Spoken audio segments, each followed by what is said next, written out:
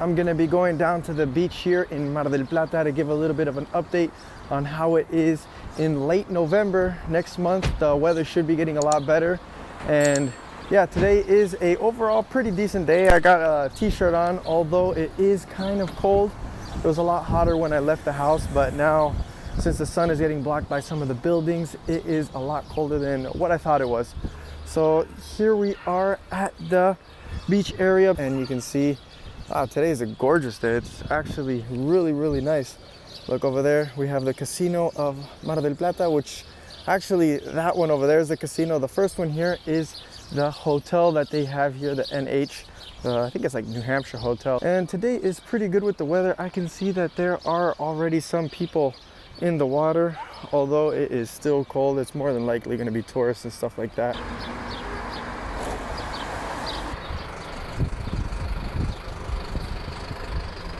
So now that I'm walking on this sidewalk here, I noticed that I haven't been down in this area here for quite a while. Like on this sidewalk here, since I used to live downtown, I used to come down here like every week, a few times a week. But now, since I am a lot further away, I just like completely forgot about.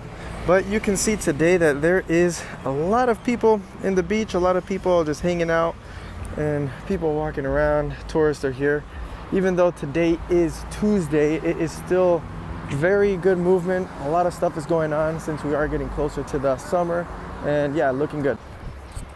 So this beach area here, I'm not sure exactly if it's where I'm at also, but down over there where you can kind of see like the pier area, that area there is called La Rambla. And yeah, this is like one of the main parts of where a lot of tourists come because it's closest to the centro, which is like right over there with everything. So a lot of the tourists, they choose to come down here just because it's walking distance of usually wherever they're at. So it's not too bad. Then we have that castle over there. It's called La Torreón del Monje. And it's like an old castle that was like built in, I think the 1800s, 1700s. I don't know. It's very old. There's like a little museum kind of thing in there that has pictures. Not too much that they show, but overall you can kind of see the history of the Torreón del Monje. But yeah, coming down to the end here, we have a escollera, which is like a water break, blocking a lot of the waves. And I think that's how they created this beach area here, just because of those rocks. It like pulls a lot more of the sand here. That way there's a lot more beach. But yeah, overall, the beach here is pretty big. It stretches from where I'm at all the way down to kind of like the pier area, cuts off a little bit, and then way over there is where a lot more beaches are also at. So a lot of area, a lot of space here, but in the summertime, good luck finding a spot because it gets so jam-packed that you literally have to look for where's a good place to be, just because of the amount of people that come to these beaches during the summertime is absolutely crazy. I'll climb these rocks here to see what is going on up here and on the other side. So yeah, just pretty much just breaking these waves that come through here. Believe it or not, today is actually a pretty calm day with the waves.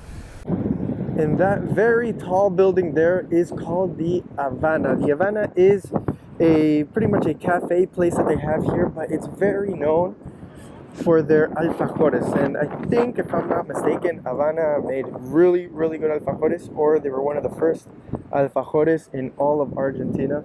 And if you're not sure what is a alfajor, it's basically it's like two cookies. In between the cookies, it's gonna have dulce de leche, and on the outside of it is like covered in chocolate, or they'll put like a little glazed powder, anything like that. But it is really good. And Argentina has a whole bunch of different brands now of alfajores. But yeah, Havana was very known in Mar del Plata, and a lot of the tourists from Buenos Aires would come down just to have Havana. And now, if I'm not mistaken, Havana is all over the world now. I think I saw them in Spain. I think they're in Miami also. It's everywhere in Argentina. So yeah, it's just like something very emblematic here that you can have in Argentina. Although it's not my favorite as far as the alfajor goes, and as far as the food and coffee that they have, it's still really good, really not bad.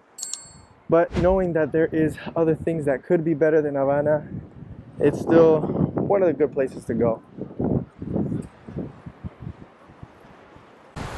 So do you need Spanish to come to visit Mar del Plata to get by and to be able to communicate? And the answer to that is yes and no, because I found that a lot of the people here in Mar del Plata, one, they don't speak any English for the most part.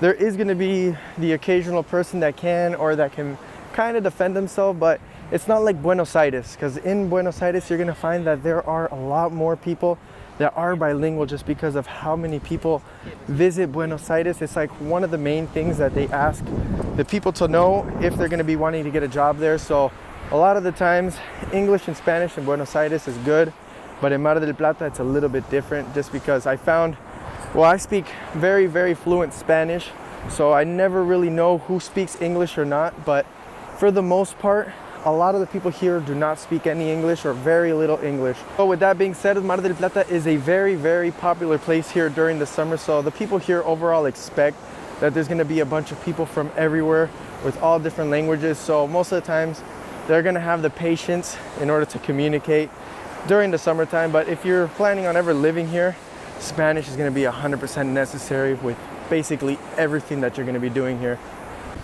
And the beaches here in La Rambla and in Mar del Plata in general, but mainly here, they're not going to be the cleanest. Of course, there is a lot of debris from like the ocean and stuff, but all the time you're going to find plastic, you're going to find bottle caps, just a whole bunch of different trash that's on the beaches here. And actually, funny enough, these little egg things, I'm not sure exactly what they are. I think they're some sort of egg, but every year the whole beach here gets full of these, and basically throughout the entire year. So if anybody knows what these little egg things are, leave it in the comments, because it'd be pretty interesting to find out. And they're like full of water. I don't know if there's anything floating in the inside of them, but sometimes they burst. You'll see kids playing with these egg things, and yeah, I'd like to know what they are.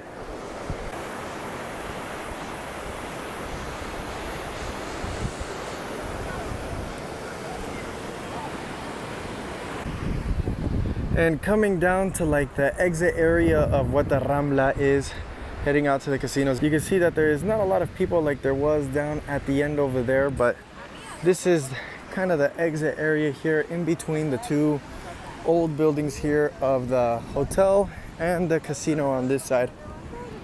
And here, climbing these stairs here brings you to this kind of like plaza area, this open area here in the sun. And we have the famous sea lions of Mar del Plata. Because Mar del Plata is full of sea lions. There's one on that side over there and one on this side here. So very, very popular place to take a photo here.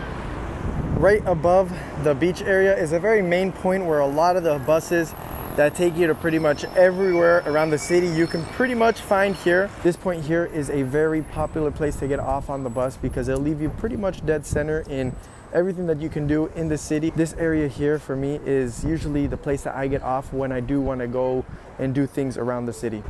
And this is the casino area of Mar del Plata. Very, very popular point here in Mar del Plata is the big casino, the old casino that they have here.